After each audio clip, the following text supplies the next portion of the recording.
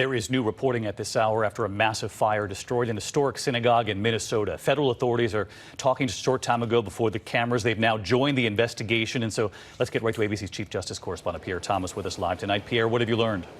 David, it's tragic. This synagogue has been a part of that community for 117 years. And tonight we've learned that investigators from ATF are working with local authorities to determine the cause and origin of a fire that decimated that historic house of worship. David, for much of the day, the scene was simply too hot to work in. An official had to fly in a drone to survey the structure. But tonight, authorities want to know, was this an accident or something more sinister like arson or a hate crime? David? All right, we know you'll stay on it, Pierre. Thank you. Time now for our index and the arrest in a catastrophic fire at a historic synagogue. That synagogue in Duluth, Minnesota, more than 100 years old, burning to the ground. 36-year-old Matthew James Amiot under arrest tonight on arson charges. But the police chief saying so far it does not appear to be a hate crime. The investigation is ongoing. And the heart-stopping floods overseas, this family in southern Spain trapped up in their attic, documenting the rising floodwaters after record rainfalls, those dangerous muddy waters swirling, the daring rescues including a baby handed out a window, you see it right there, and an elderly man barely escaping from his car. More than 1,000 people saved from dangerous high waters. So far, at least 5 people have died. And the disturbing discovery back here at home, neighbors outside of Pittsburgh reporting a loud blast when this house in Edgewood went up in flames. The homeowner's body now found in the rubble. The police chief saying there are indications the man may have blown up the house himself. Neighbors say his daughter was getting married that same day. And the terrifying moment caught on home surveillance in Northern California. Andrea Leggett says she was in the shower when she felt half the house shaking. These men trying to kick down her door. Her 9-year-old son also there getting ready for school. Her husband had just left the house with their eldest child. Police say her screams likely scared those burglars off. Nothing taken, no injuries.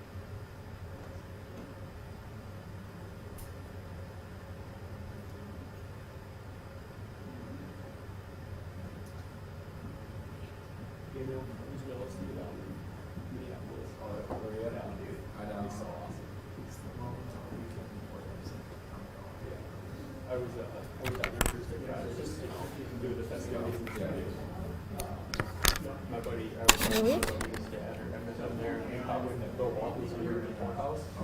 So we did that. He was on, he was on and then after he did an autograph session and picture. So I got a towel sign that I just got. That's awesome. Yeah, that's cool.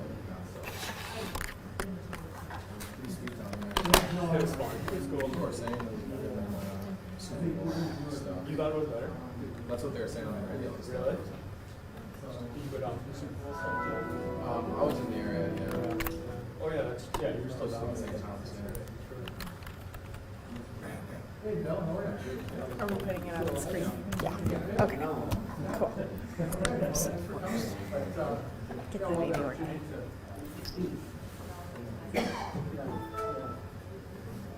Good. Hey, Tom. Good. Good. Are we live streaming here yet? Yes, no? Yeah. Oh, good. Yeah.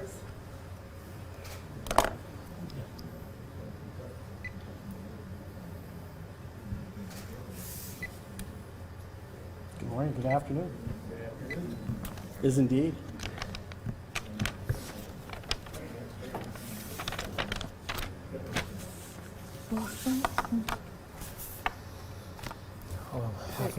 Mark's in the room.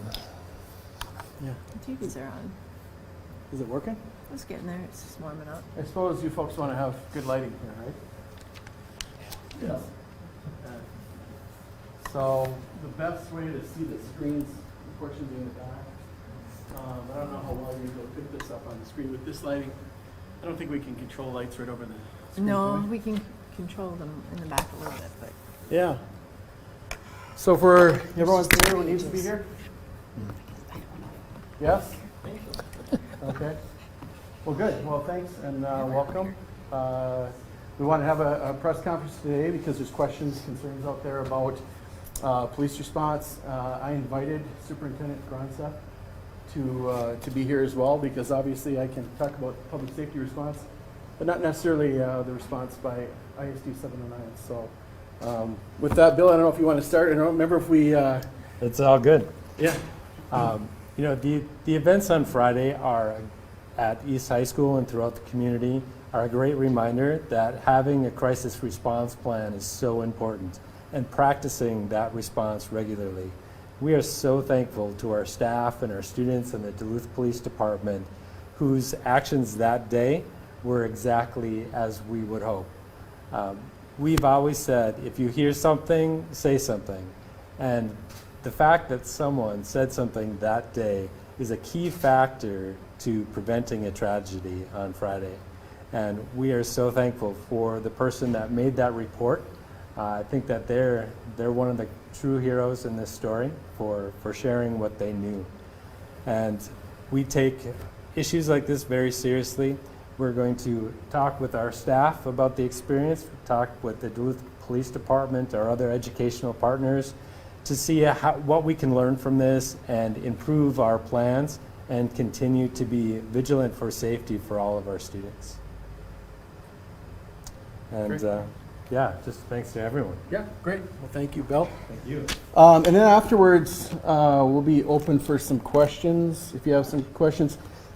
Just kind of for a housekeeping before we get started, recognize that this is still open and active investigation at this time. So there is some limited details I'll be able to afford you about the investigation itself. And I think otherwise we'll be able to, really the focus of today will be to talk about kind of the timeline of what we knew and when and what our response looked like.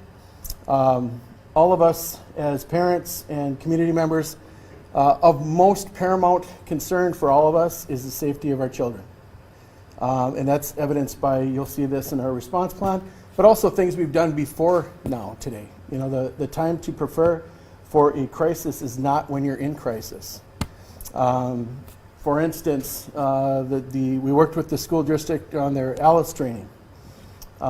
We, last July, in a sweltering weekend, had our grant writer and the assistant superintendent working on a Safe Schools grant, which we were awarded with over $500,000 that will go towards securing the public schools in the area. So it is important. It is something we take very seriously to keep our kids safe.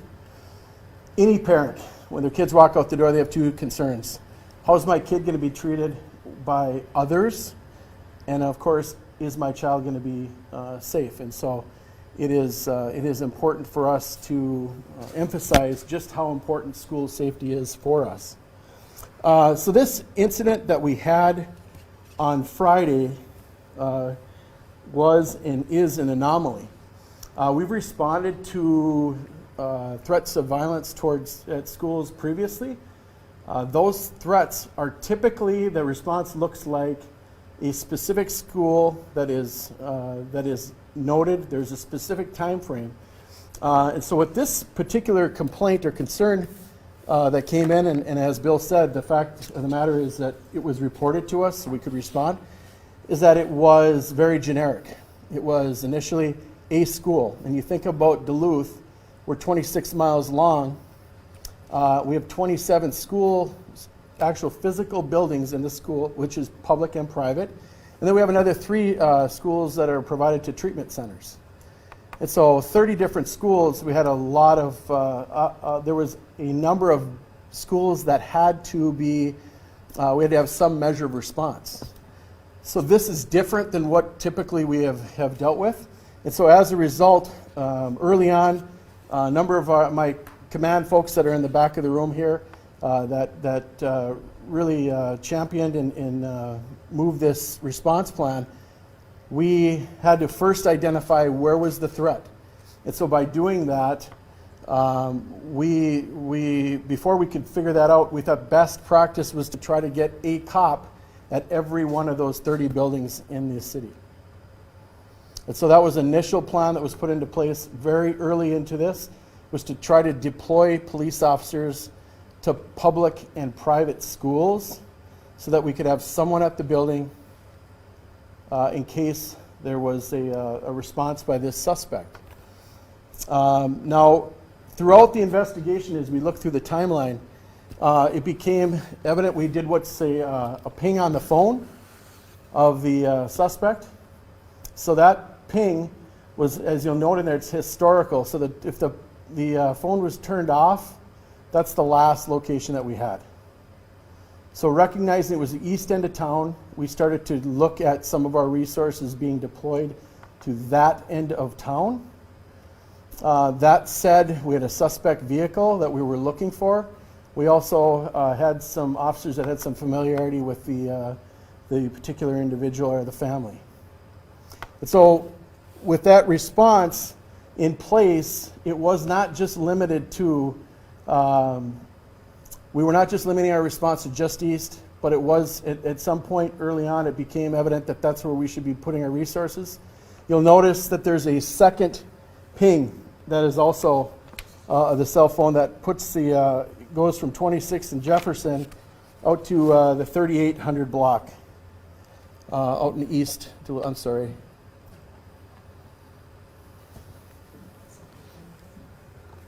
Let's see.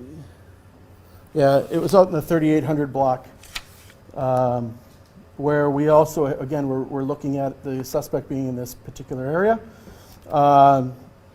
Lots of officers involved. This was not just a patrol response. This was all hands on deck. We had officers that were assigned to patrol. We had Bill Stauber, who's the SRO, who's actually in the back of the room, who was at East High School during this entire incident. And then we also started to deploy our investigative resources, folks that were in plain clothes. So people were being assigned to leave headquarters, go out and find get a school, and then kind of post up and stage in case of. So this incident was very dynamic. It did have twists and turns. Remember that while an officer's doing the interviews, that the person that they're getting the information from is upset. And it's trying to get information and clarifying information so that information that goes out to our officers is accurate. So there's some of that time during the investigation is showing that we're verifying information and that we're deploying correctly. The last thing we want to do is have inaccurate information and waste resources going in places that they didn't need to go.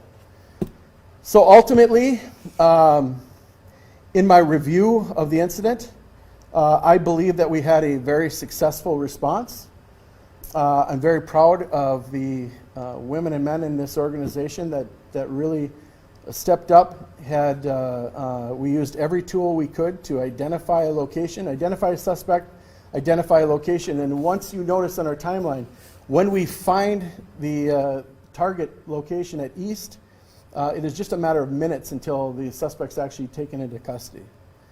And so it was a very comprehensive response. As part of all of these type of events that we encounter, we do what's called, of course, an AAR, an after action review.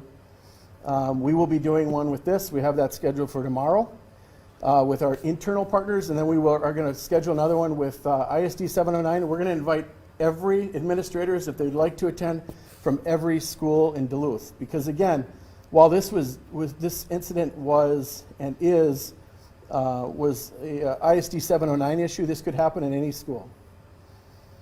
So we want to have an opportunity to get our partners in education in the same room, talk about this very response and what it looked like, and also to get feedback from them as to what would have improved or made the response better in their perspective. So it will be a very comprehensive review will happen of things that went well and things that can be improved upon moving forward. Because again, it is of paramount importance to us to ensure that our kids are safe in this city. And with that, I will take some questions. I might call Bill back up if he wants to. If there's any questions, concerns you have. Is there anything that you think could have done better during this incident? When I take a look at the assessment, to be quite honest, we used the resources, technology resources. The ping of cell phones has been, and you'll notice on many of these murder mystery shows, I mean, it truly is an important tool for us to use to do location and verification. The officer who initially takes the call, within 9 minutes is asking for emergency ping to be done. So within 9 minutes, gathering some details, said, okay, we need to do an emergency ping, and gets the historical ping that we get, the first one. So that's a tool that our cops are aware of, that we had at our disposal, that we had essentially an anonymous complaint, we had a complaint that didn't show us where the suspect was located and where the potential threat was. And so we used that as a tool. Really, the response was exemplary. It was most of the 59 minutes were finding out enough information to pinpoint where the resources needed to go, and that was the most frustrating part about it, is we wanted to make sure we were very timely in our response, and that we were able to secure the suspect before there would be, of course, any act of violence. Looking at the timeline, it was a little over an hour from the time that you guys didn't know where he was in Duluth to you made contact. That's pretty good, I would say. Do you think how important is that to make act so quick like that? Yeah, well, it's a great question. So it reflects up here. It was about 59 minutes is what our count was on Friday, from the point where we have a 911 call coming in to the point where we're actually going to, have the suspect in hand and in custody. Remarkable response. It just goes to show you the resources that we put into it. It was important that ISD 709 reacted as they did, soft lockdown, tried to lock down the doors so that nobody could have access into buildings while we were trying to figure this out. One of the areas of improvement that I think in this particular case, and I think it will come out in our after action, is our ability to communicate in a very timely manner to all of our schools at any given moment. We should be able to reach them all. We've got some technology solutions that may shore that up moving forward, but again, recognize that this was an anomaly. These types of threats don't typically come in, and so, but I think we need to be prepared for every eventuality when it happens. So, Ingrid had mentioned earlier that some of the private and parochial schools weren't actually notified into lockdown. Mm-hmm. You guys know? Absolutely. Yep, absolutely. That is an important part of the messaging. A lot of time and energy, remember, when our police administrators, our patrol sergeants, patrol cops, was being focused on, let's figure out where it is so we don't deploy resources needlessly. And so absolutely part of that equation is, how do we move forward and make sure that all of our schools have timely information that they can act upon. And there's no doubt that will be a takeaway from our after action, both internally and externally. It sounded like there was at least some officers who were somewhat familiar with him. I know he didn't criminal history, but I don't know if you elaborated at all on.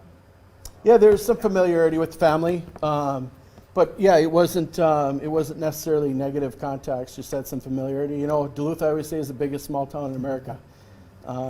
Everyone knows somebody, or everyone at least knows somebody who knows somebody, right? So it's not uncommon at all that, as much as we know you, Tom, you know, it's just that's just kind of the nature of Duluth. Chief, you elaborated on the fact that you have had incidents like this, but perhaps nothing of this magnitude is kind of what you were saying. What do you think when you have to respond to something like this? Yeah, I think our response demonstrates the seriousness that we took the concern. We will treat it as real and as serious until we learn otherwise, and that's the way we operate with any one of these threats of violence. Whether it's a bomb threat that comes in on a Sunday night, our protocols are to make sure that we have FaceTime with the person, validate, interview others that have seen. I mean, we do the same process every time. This one on Friday, when you folks were covering this on Friday, I knew that this complaint was coming out this week, and it would be evident that just how significant of an event this was when the complaint came out. And I think that's why it's important to do this press conference so that we can assure the viewers, assure our citizens, assure parents that we do everything we can to keep their kids safe. Can you maybe speak a little to this other person notifying, calling 911 or notifying you of some needs? And obviously, it seems very concerning to hear he had firearms, he had one in the car with him. I mean, just speak to how just crucial it is to actually have that person and to come to you and not just hope nothing happens. Yeah. So you folks have all read the complaint. Complaints in the comments are very, very concerning. Recognize that somebody was on the other end of that phone getting those complaints, and they were moved enough to say somebody's going to be put in harm's way, and so I got to reach out to the police. We're very thankful they did, and as a result, this was a significant threat, no question about it. And we treated it, we as in both police and ISD 709, as such. On that note, I mean, this really could have, I was talking to a colleague, we were talking, it could have ended a lot worse. This person, the means, the attitude, the alleged statements they made. What do you think when, about the fact that, it could have ended a lot worse than the fact that it thankfully didn't? Yeah, we're, no question we're counting our blessings today, that everything worked out, that we had a call that alerted to very competent staff who had a plan for response that worked in earnest to locate the suspect in less than an hour. I think that's a tremendous success. Anytime that kids our kids, our students, can walk out of school at the end of a day, and many of them, until the news came on, were really not really any much more the aware, other than they had a lockdown. There was folks working very feverishly. I know that Bill was with his assistant superintendent. A number of my command staff folks in this room were also engaged. There was a lot of people working so that it looked a little easier than it truly was to pull this off. Could you talk about where the suspect was when you made contact with him? And Yeah. who he was with and Yeah, what he was doing? it was in a locked cooler area, and I'm not as familiar maybe as Bill with that, but the reality is that Bill Stauber's in the back of the room that was there to make the arrest, and you probably want to talk to him when you're done with me. But he was ultimately, we found him in an area where he was in a refrigerated or cooled. It's a cold storage. The school was in lockdown, and so they were all exactly where they should be. They were in a locked place, as they would be in any other lockdown. So the complaint mentioned that he was with an individual in the cold storage room when you found him. How did that sort of change or impact how you guys responded? Our officers are very well trained. That response doesn't change if we have other people around. We go towards the threat, and then we move to get compliance and get people detained and oftentimes handcuffed, and then to alleviate the threat. The second party that was involved, there was no indication at all that that complicated our response. We went in, we did exactly as we were trained. We were able to identify, locate, and then apprehend, and did that, as you see in the timeline, relatively quickly, in fact, within minutes. In fact, from the point of location to time of arrest is probably under a minute. We actually find him in the room, so very quick response. How scary is it that this person was hired to take care of students, and then this all happened. How can we going forward? Is there any plans on maybe changing the way they're hired or something like that? I don't know. That's a Bill question. I just wanted to say, this was not an employee of the Duluth schools, and they were not working with the student. They were working with a disabled adult who works with our food service program as a dishwasher.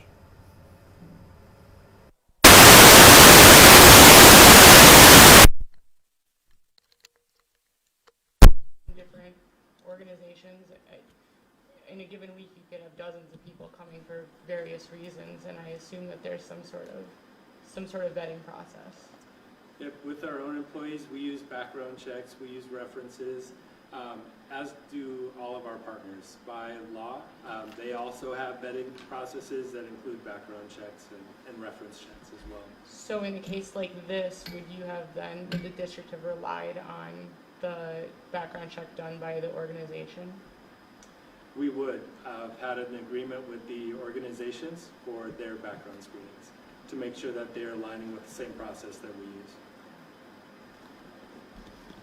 Let's just remember one other thing I think that's important for all of us to remember is that,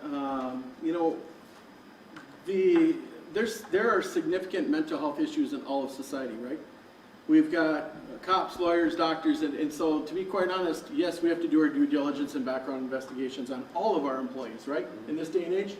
But recognize that that's still, despite all of our due diligence, despite all of the best efforts up front, oftentimes, people can be in mental health crisis where they can make decisions that certainly impact public safety.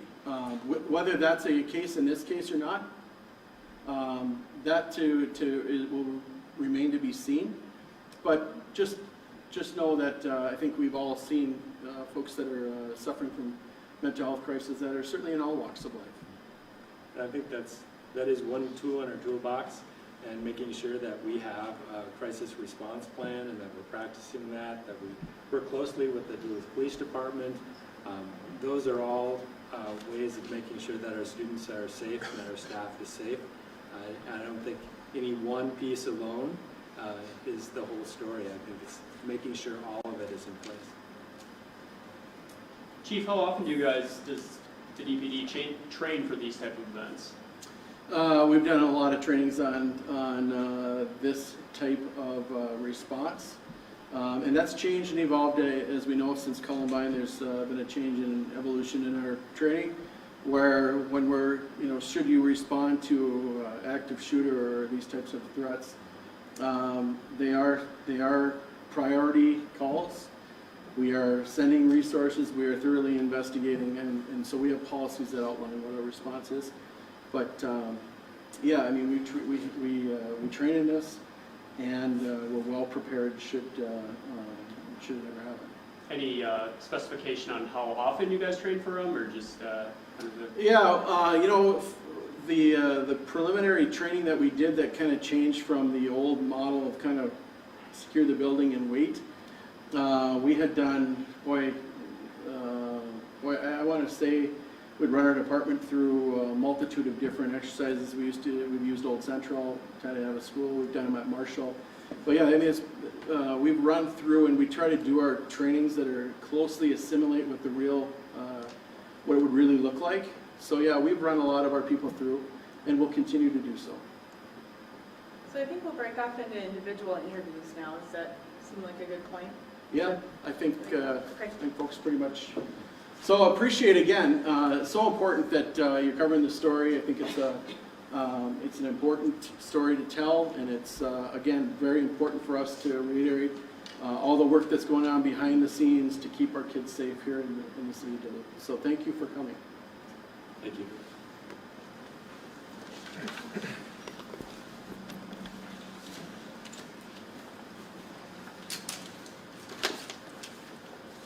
Excellent.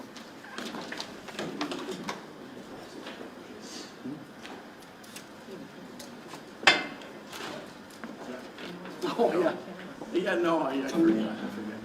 Sorry.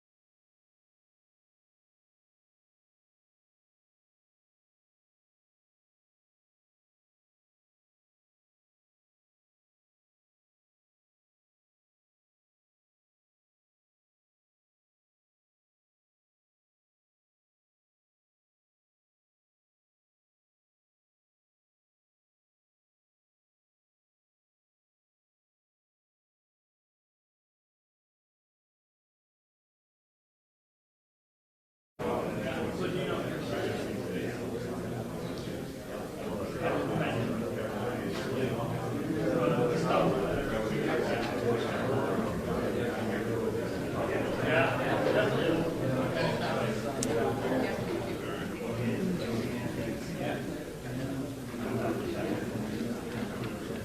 lot of microphones. Good morning. Welcome and thank you for joining us today on a Sunday. We wanted to be sure that the Jewish community was able to be here with us, so thank you for adjusting your schedules to be here. The City of Duluth continues to receive support for our firefighters and police officers who have worked tirelessly on this investigation. On behalf of the city, we would like to thank you for your words of support.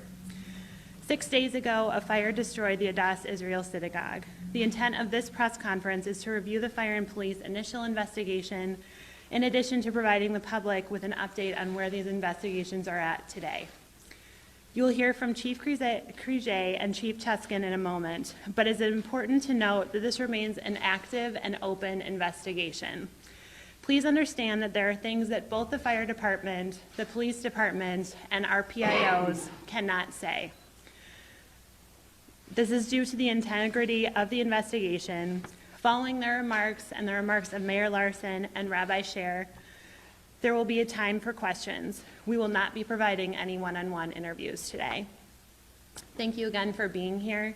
I would now like to introduce Chief Crige.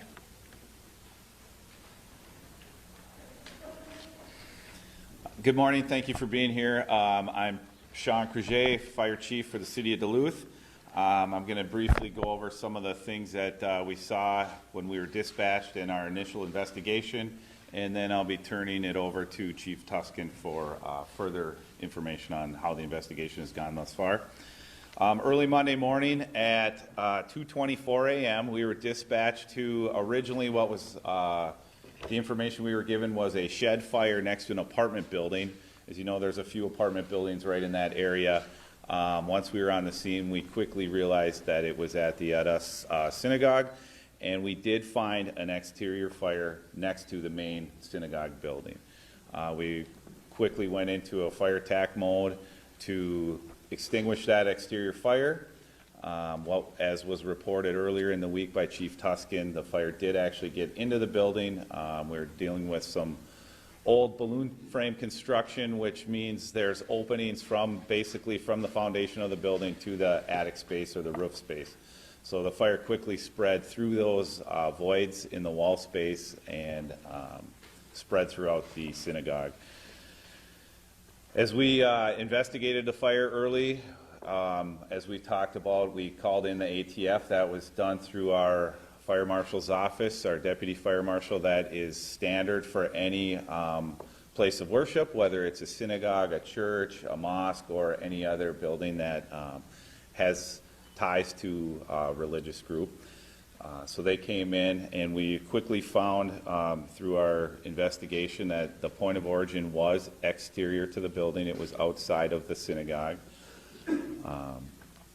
We worked with them throughout the week. It was a collaborative effort with the ATF, Duluth Police Department, and our fire investigation team. We found no accelerants. We verified that with mechanical detection device and a certified arson dog that works with us frequently if we need verification on that. We did have one firefighter injury. That was he's Captain Ben Gasner. He's still recovering from symptoms of concussion at home, so we're monitoring that, and he's doing well at this time.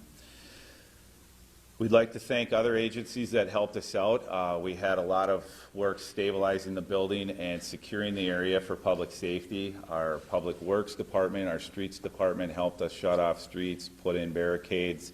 We got assistance from Minnesota Power, cutting off the electrical utilities to the building. We also worked with our utilities departments in the city to cut off the steam to the building and also gas to the building. And we worked with our building official and construction services to stabilize some unsecure walls that were actually partially demoed. We had some demolition that was not to tear down the building, but just to stabilize it for public safety. And we'd really like to send our appreciation to the leadership of the synagogue. They cooperated with us on every way that we could have hoped. They helped us out to give us direction on where some things were that they would like removed from the building, and they also helped us out with stabilization and giving us permission to do some things that they had control over as the building owners. So we'd like to just thank them as well. And now I'm going to turn it over to Chief Tuscan.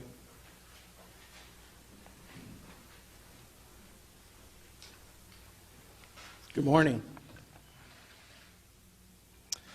Thank you for attending this press conference today announcing the arrest in the synagogue fire of ADAS Israeli congregation. Today we stand with sympathy, compassion, and hope in our hearts for the ADAS Israeli congregation of faithful worshipers and the Jewish community. Know that your loss is our loss, your pain is our pain. We grieve with you, we pray with you, and we have hope for healing in the days to come. The people of this city, state, nation, and world stand with you during this difficult time, and we wrap our collective arms around you. As a dedicated community policing department, we acknowledge our strength is always the community we so proudly serve and police with. As always, our citizens stepped up to help us. We appreciate and thank the citizens who opened their doors to talk to investigators during our extensive canvass, and those who assisted us in reviewing and sharing surveillance video so critical to aiding this investigation. Thank you, Duluth, for understanding that a safe community requires broad community interest, ownership, and engagement.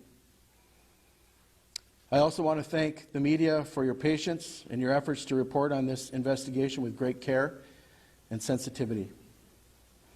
This arrest is also due to the tireless efforts of the Duluth Fire Department, the ATFE, and the Duluth Police Department. I am impressed and humbled by the dedication and selfless efforts of the public safety professionals who worked on this case with great care and passion.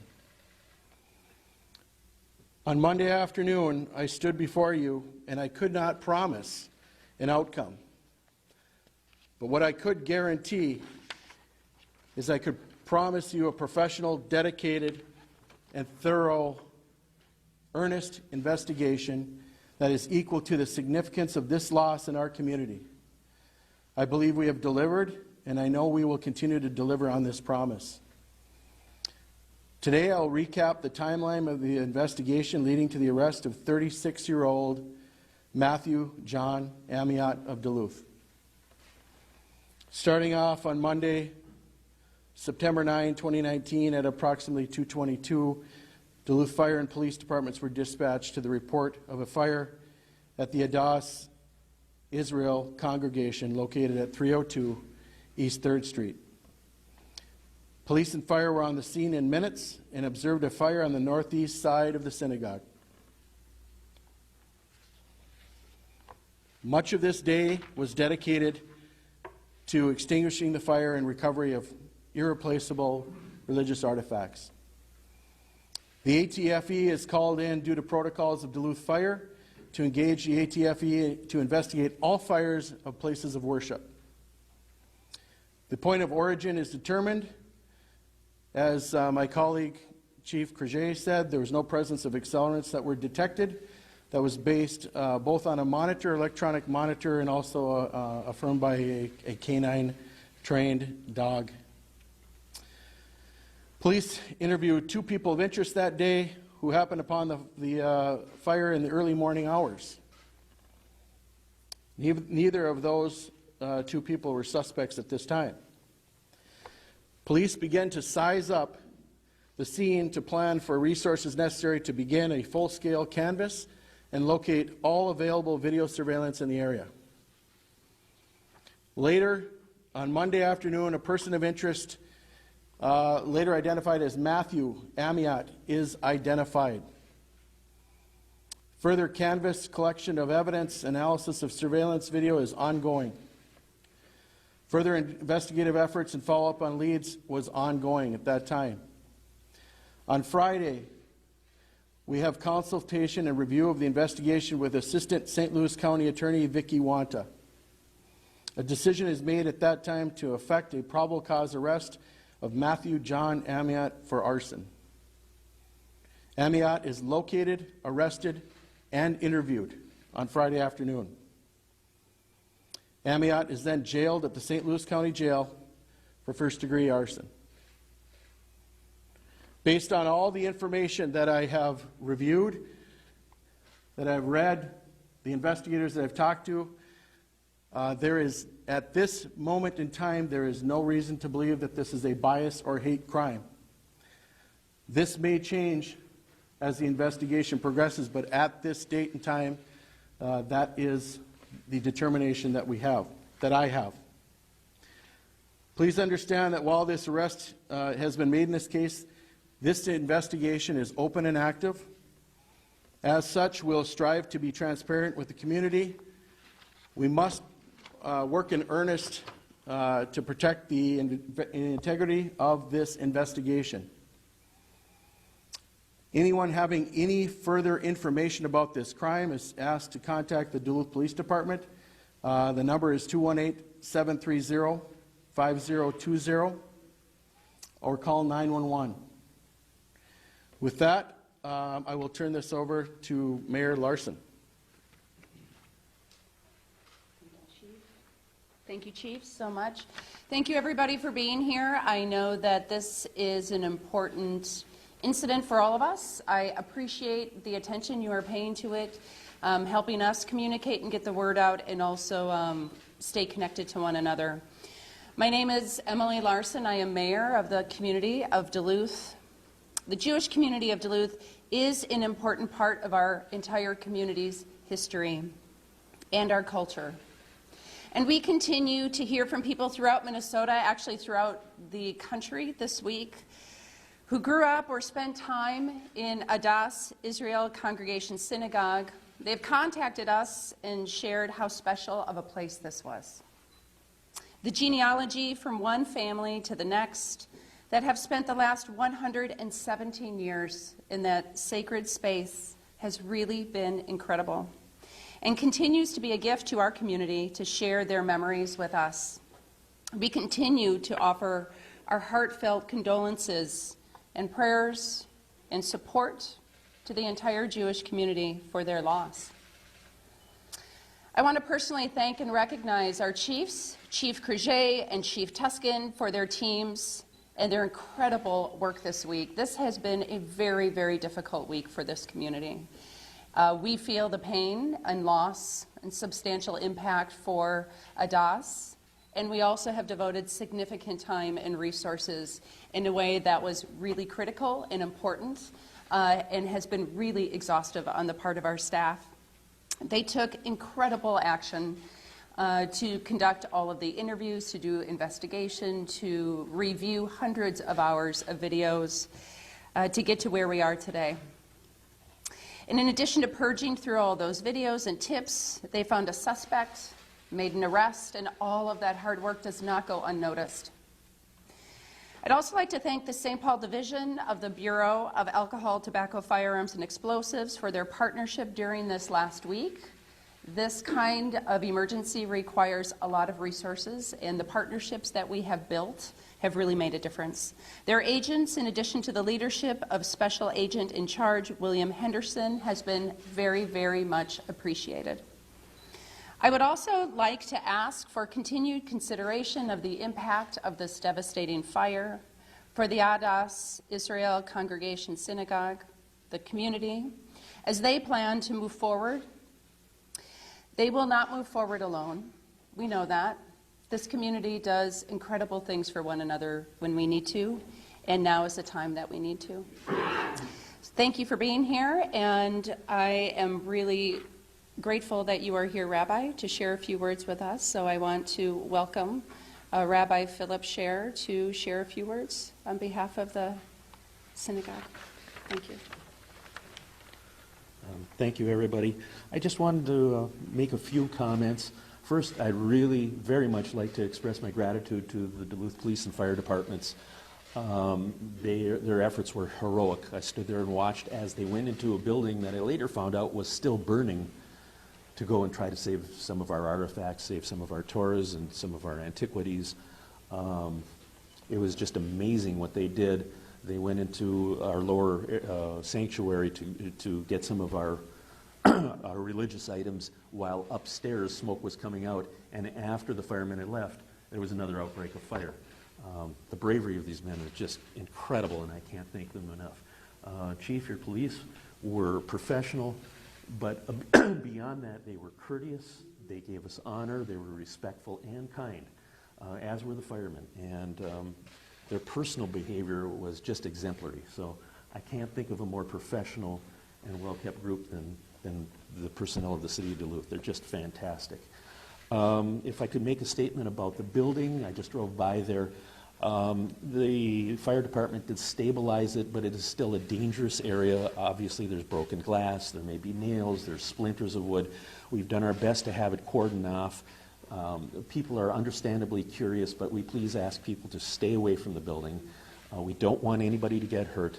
As a matter of fact, personally, the most sad part of this was that we had a fireman get injured.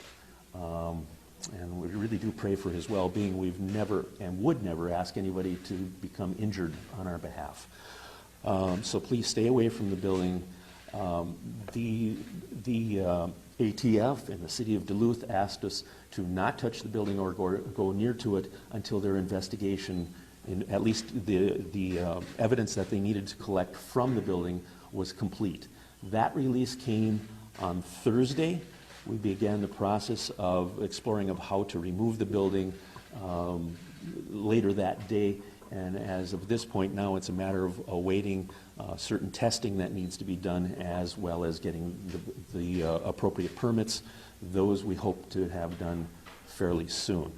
I would like to, on behalf of all of our congregants, thank everybody. The outpouring of goodwill has been tremendous.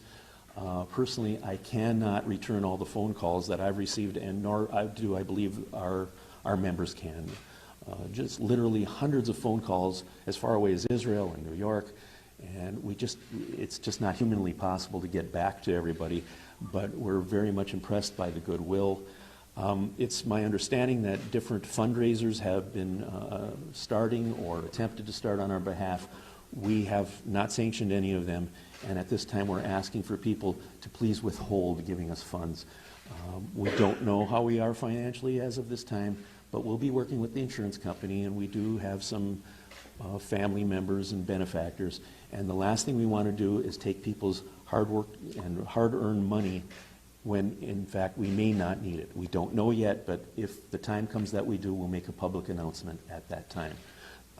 Please be aware of scammers. I am aware of one who has attempted something already. Thankfully, we shut that down rather quickly.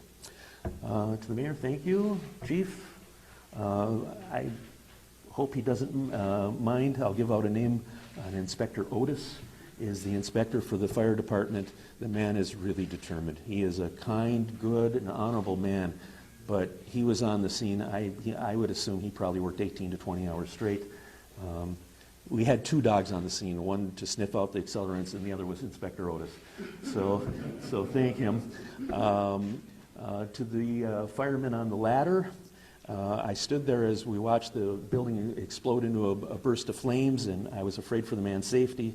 The fireman in charge said it's okay, he's brave, and apparently the man on the ladder, it was his first time on the ladder. It would be my last. So I just want to thank everybody. I will not speculate as to the man's motives, and as a matter of fact, I would warn everybody, you're proven innocent until proven guilty, and that's America as it should be. We're not out for vengeance. All I can find out of this event is sadness for everyone. So I thank everybody for understanding and your well wishes. Thank you. We'll now open it up for any questions. Was that a member of the synagogue? No. As far as I know, he was completely unknown to us, nor is he Jewish. We understand that it's not a hate crime. We're all just, the next question is obvious. It's motive. Is there I can't speak to the motive of it. As a matter of fact, until just showing up now, I didn't even know his name. So you'd have to ask the police chief, and I'm not going to speculate. Well, for the police chief, what changed making any from a person of interest Monday afternoon to probably call suspect Friday? Yeah, so you know what, we when we're doing investigations, of course, some of it is from canvas, some of it is from surveillance and video, but the culmination of all of that evidence is what we use to identify him as going from a person of interest to a suspect. And if he hasn't been charged yet, do you know what exactly he'll be charged with? We're recommending a charge of arson in the first degree. Do you know how the fire started? We do.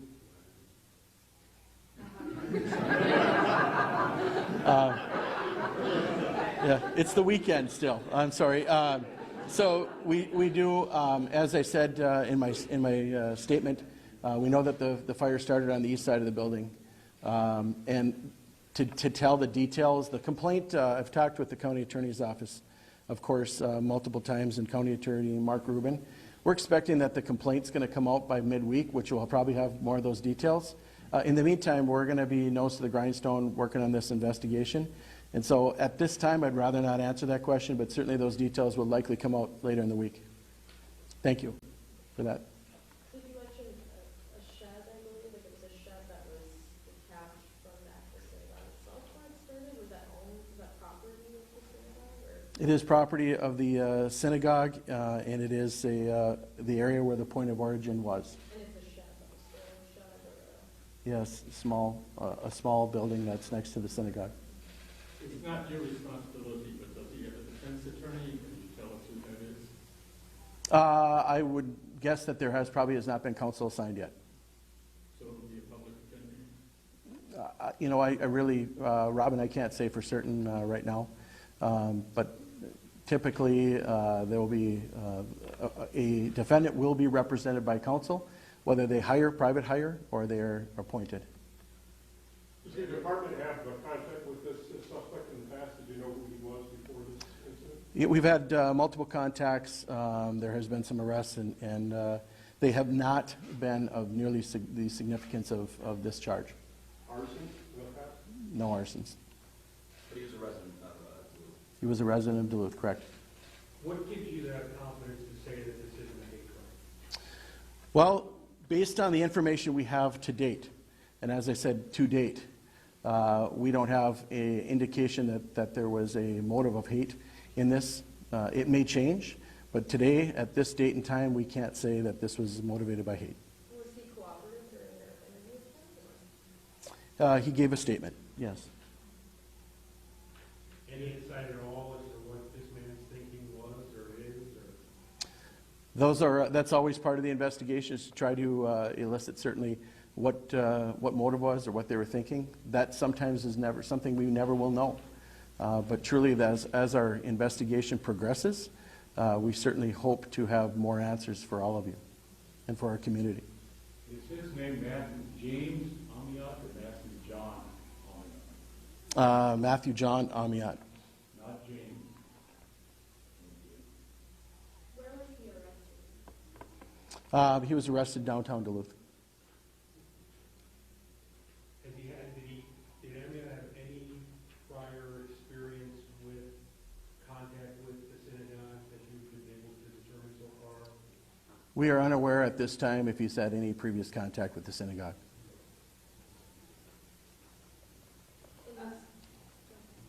In your statement, did he confess to starting the fire, or did he give an indication? I'm going to say that we will. Let's wait until the complaint comes out midweek to answer that question. If there are any other questions other than motive, we'll entertain those at this time. Otherwise, we'll give it 2 more minutes and then call it. Fire Chief, can you spell the name of the fireman, his last name that was injured? Yeah, it's Gasner. And how long has he been with the fire department?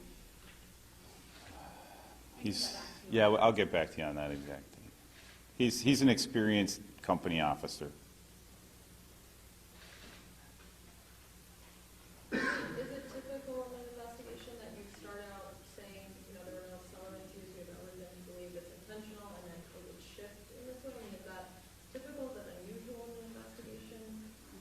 No.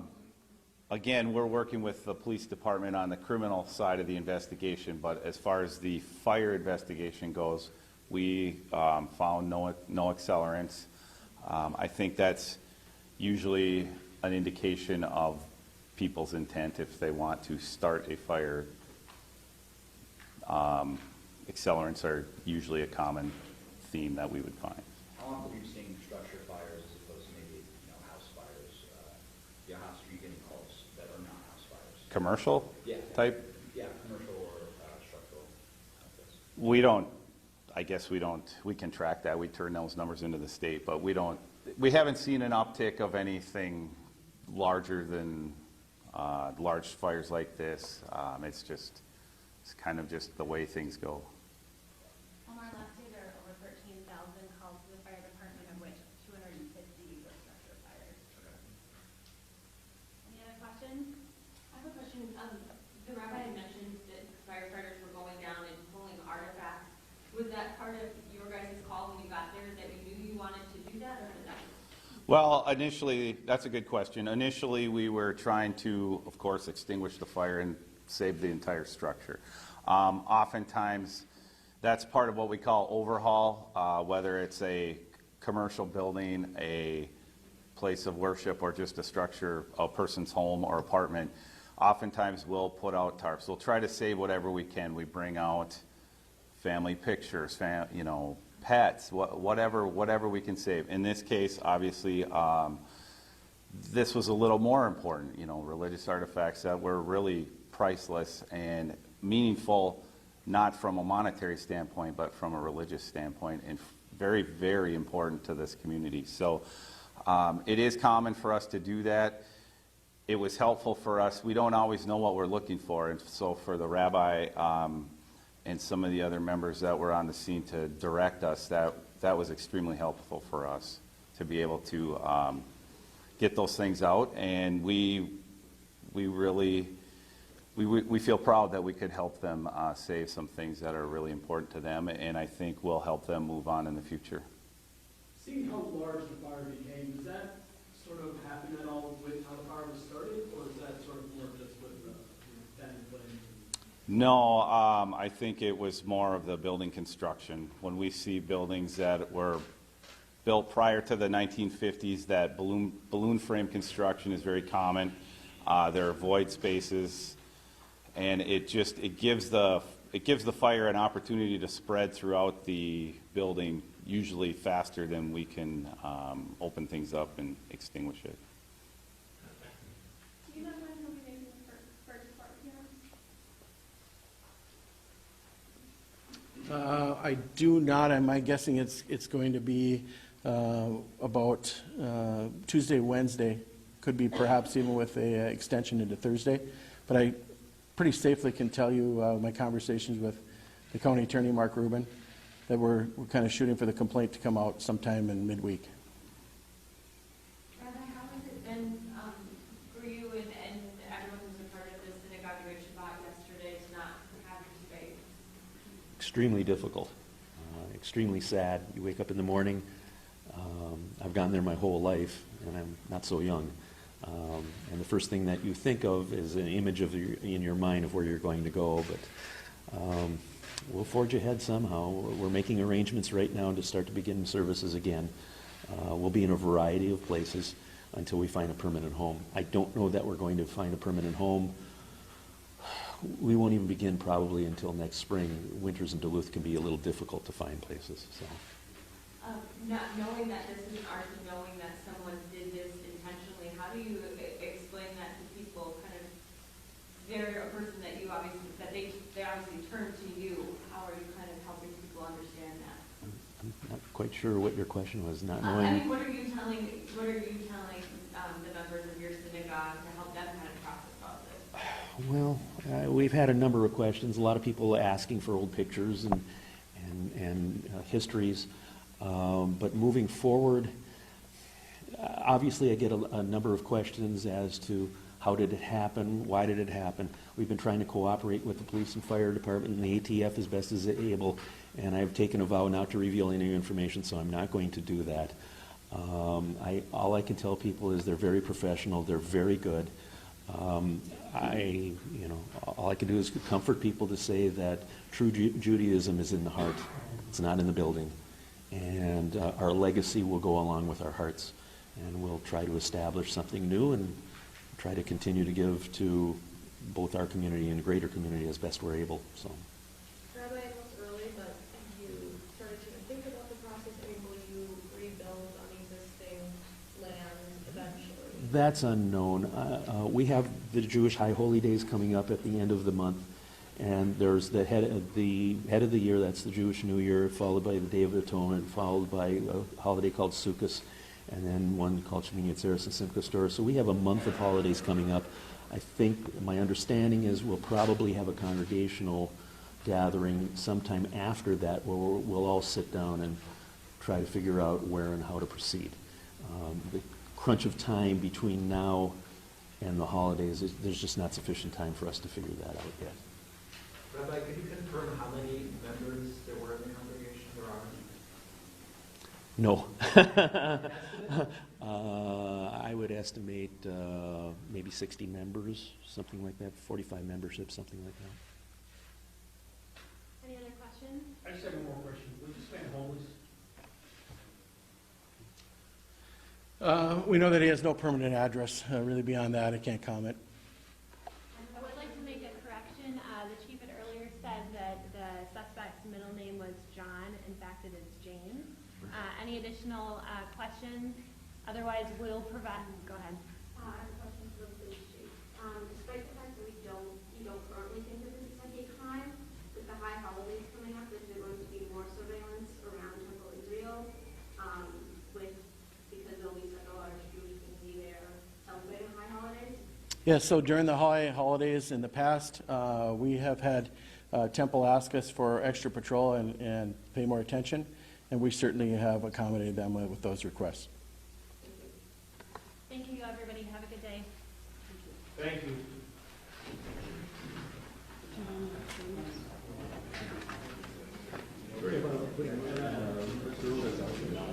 Yeah.